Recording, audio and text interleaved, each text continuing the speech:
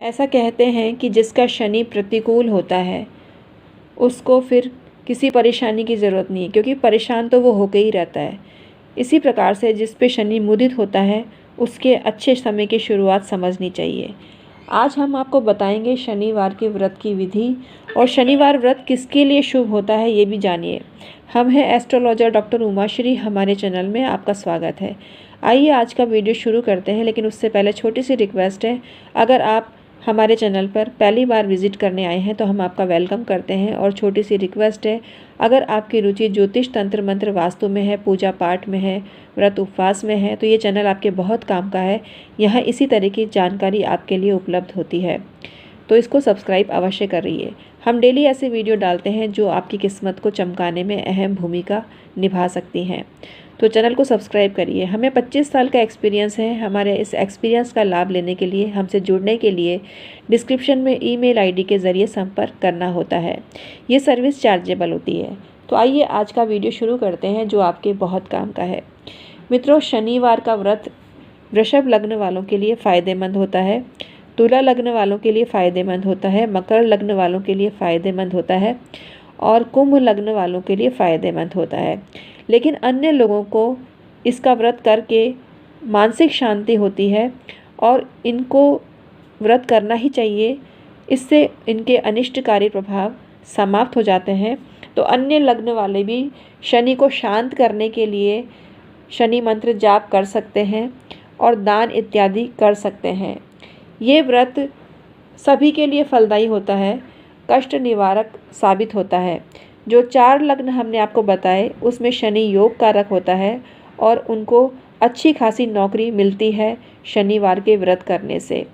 और अन्य लग्न वालों को शनि शांति होती है, यानी शनिकृत कष्ट उनके जीवन से कम होते हैं अगर वो शनिवार का व्रत करते हैं और दान करते हैं। लेकिन हम आपको यही सलाह देंगे कि किसी दैवज्ञ को अपनी कुंडली दिखाकर और उससे जानकर कि आपको व्रत करना चाहिए या नहीं करना चाहिए, इसी आधार पे आप व्रत का निर्णय करें। हम अब इसके लिए कोई जिम्मेदारी नहीं लेते हैं, लेकिन आप हमसे परामर्श लेते हैं तो हम सब जिम्मेदारी लेते हैं और आपको परामर्श देते हैं। तो हमसे भी आप परामर्श ले सकते हैं। तो आइए आज का वीडियो शुरू करते हैं। शनिवार का जो व्रत होता है श्रावण मास के शुक्ल पक्ष के शनिवार से प्रारंभ करना चाहिए, लेकिन ऐसा शास्त्रों में वर्णित किया गया है। लेकिन अगर आपके पास कोई मार्गोपाय नहीं हो तो किसी भी शुक्ल पक्ष से आप ये व्रत प्रारंभ कर सकते हैं। और काले कपड़े पहनकर आपको शनि देव की मूर्ति स्थापित करनी चाहिए। वैसे अपने घर पे शनि देव की मूर्ति सोच समझ के ही स्थापित करनी चाहिए, क्योंकि लोहे की मूर्ति हर किसी को सूट नहीं करती है। तो शनिश्चर जी की मूर्ति उन्हीं को स्थापित करनी चाहिए जिनके लिए शनि शुभ होता है और राजयोग कारक होता है। अन्य लोगों को मंदिर में ही जाकर तेल चढ़ा के उनकी पूजा करनी चाहिए। दाहिने हाथ में पुष्प, अक्षत, गंध, दक्षिणा लेके और विष्णु विष्णु विष्णु कहकर अपना नाम लेकर सभी परेशानियों के निवारण शनिवार का व्रत करना चाहिए और शनिश्चर पूजन करना चाहिए। शनि के मंत्र को आपको जाप करना चाहिए, जो इस प्रकार है: ओम शन्नो देवीर्भिष्टय आपो भवन्तु पीतये संयोरभिर्स्वन्तु न। ये आपको मंत्र जपना चाहिए। शनि गायत्री भी आप जप सकते हैं, जो इस प्रकार है: ओम कृष्णांगाय विद्महे रविपुत्राय धीमहि तन्नः सौरिः प्रचोदयात्। षोडशोपचार से शनि का पूजन करना चाहिए और आप लाभ ले सकते हैं। शनिवार का व्रत करके पीपल के नीचे या समीप बैठकर आपको मंत्र जपना चाहिए। पीपल वृक्ष की 7 प्रदक्षिणा करें और 7 बार नमस्कार करते हैं तो आपको बहुत लाभ होता है। शनि का मंत्र भी आप जप सकते हैं, जो इस प्रकार है: ओम प्राम प्रीम प्रौम सह शनिश्चराय नमः या ओम शम शनिये नमः। ये मंत्र आप जपें, आपको लाभ होगा। शनिकृत कष्टों के लिए आप औषधि स्नान भी कर सकते हैं, जो शनिवार को किया जाता है। इससे शनि शांत होता है। ये स्नान वो लोग भी कर सकते हैं जिनके लिए शनि अशुभ है, और उनको ही स्नान करना चाहिए शनि की कृत अनिष्टताओं के निवारण के लिए। अब हम आपको बता रहे हैं शनिवार की व्रत कथा, जो इस प्रकार है। यह शनिवार कथा भी इसको आप बोल सकते हैं। ईश्वर बोले कि रघुवंश में 7 द्वीपों के स्वामी परम प्रतापी प्रसिद्ध चक्रवर्ती दशरथ नाम का राजा हुआ था। जब शनि कृतिका के अंत में आया तो ज्योतिषियों ने बता दिया कि अब जब रोहिणी को भेद कर शनि जाएगा, तब शंकर के भेद कर देने वाले 12 वर्ष तक बड़ा घोर दुर्भिक्ष यानी अकाल पड़ेगा। यह सुनकर राजा दशरथ ने मंत्रियों के साथ विचार किया कि क्या भयंकर कांड उपस्थित हो गया। देश, नगर और ग्रामवासी डरकर कहने लगे कि यह क्या प्रलय आ रहा है। पौर, जनपद आदि सब लोगों को व्याकुल देखकर राजा ने वशिष्ठ जी से पूछा कि हे ऋषिराज, इस समय क्या कर्तव्य है, मुझे बताइए। वशिष्ठ जी बोले, दूर रहने से ही प्रजाओं की रक्षा हो सकती है। यदि वह टूट जाएगा तो प्रजा की रक्षा कैसे हो सकती है। शनि के रोहिणी नक्षत्र में जाने को योग को तो ब्रह्मा, शुक्र आदि देव भी असाध्य मानते हैं। यह सुनकर राजा दशरथ ने सोच विचार कर साहस के साथ दिव्य शस्त्रार्थ सहित वेगवान रथ पर बैठकर नक्षत्र मंडल की तरफ गमन किया। राजा दशरथ ने रोहिणी अपने पीछे कर ली। उस समय राजा ऐसे दिव्य सोने के रथ पर विराजमान थे जो रथ मणि रत्नों से जड़ा हुआ था। उसमें हंस के रंग के समान सफ़ेद घोड़े जुते हुए थे, जिस पर बड़ी बड़ी ध्वजाएं उड़ रही थी।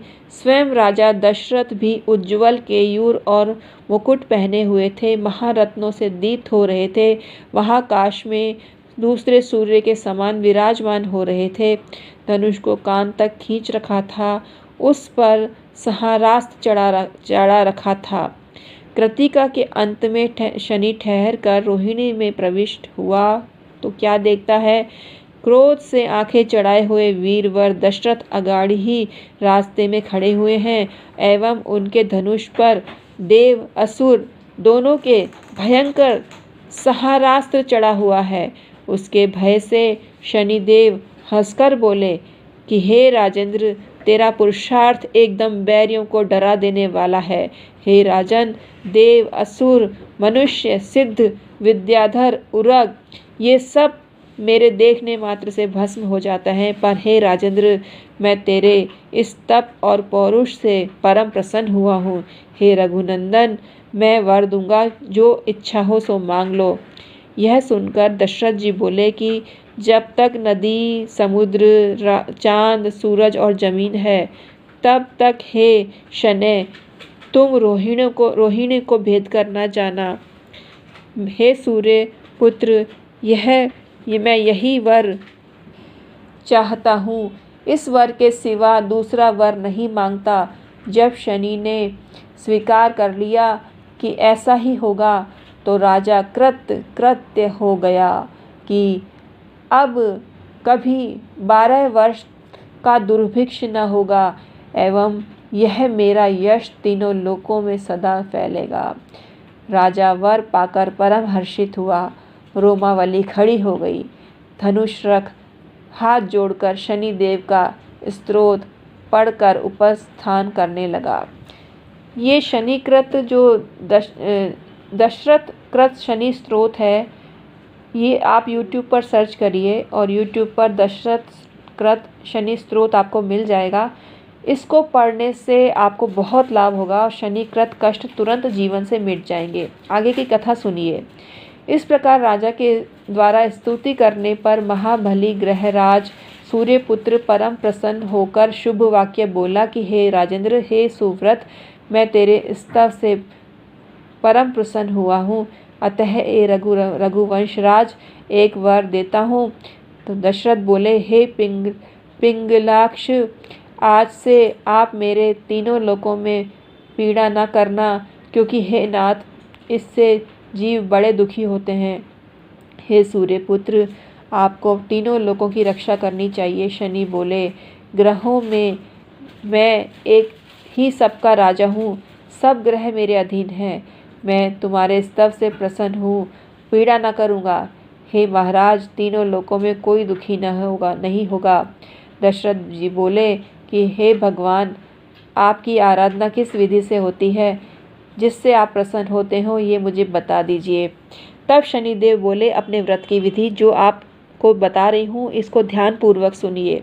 शनिश्चर बोले, श्रावण मास के शनिवार में के दिन दातुन करें, सुगंधित तेल से स्नान कर नित्य कर्म करें, पवित्र हो जहाँ शमी यानी खेजड़ा का वृक्ष हो, वहीं जाकर उसका पूजन करें। हे राजेंद्र, यदि शमी न हो तो पीपल का ही पूजन करें, वहीं पर षोडशोपचार में से मेरी पूजा करें। तदनंतर शनि अथवा पीपल को 7 सूत्रों से लपेट दें, 7 नमस्कार करें, 7 प्रदक्षिणा करें। इस पवित्र कथा को सुने। इस प्रकार 33 शनिवार के व्रत करें। अंत के शनिवार के दिन उद्यापन करें। श्रोत्रिय वेदवत्ता आचार्य का वरण करें। सोने का शमी वृक्ष हो, उसके अभाव में पीतल का हो। भैंसे पर चढ़ी हुई लोहे की मेरी प्रतिमा बनाएं।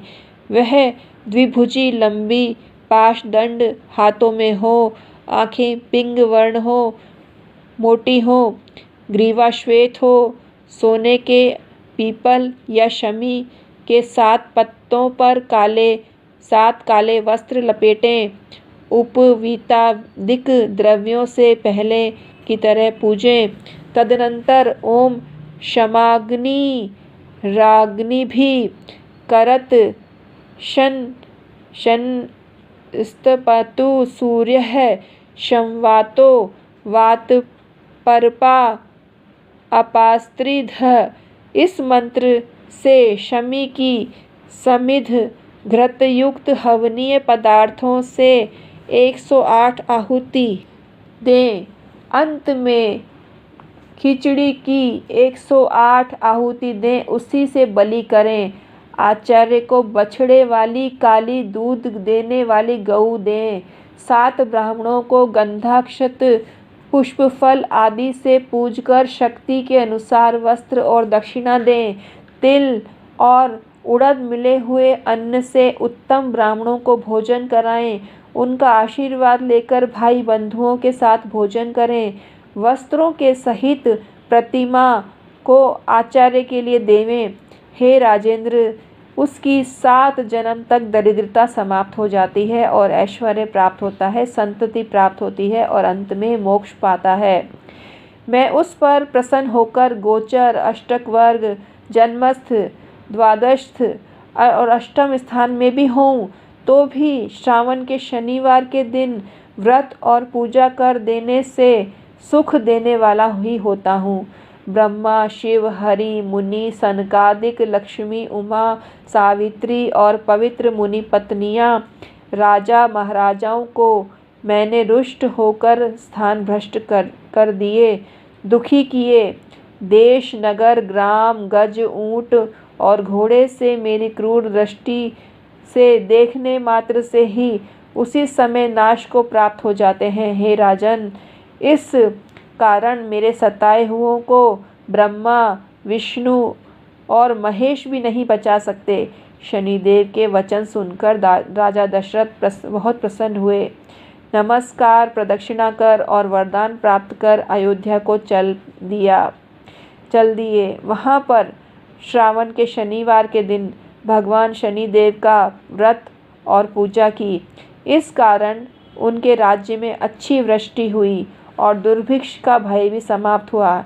इस विधि से जो स्त्री अथवा पुरुष श्रावण शनिवार को व्रत पूजा करते हैं, उन्हें शनिदेव का अभिष्ट फल प्रदान करते हैं और उत्तम गति उनको प्राप्त होती है।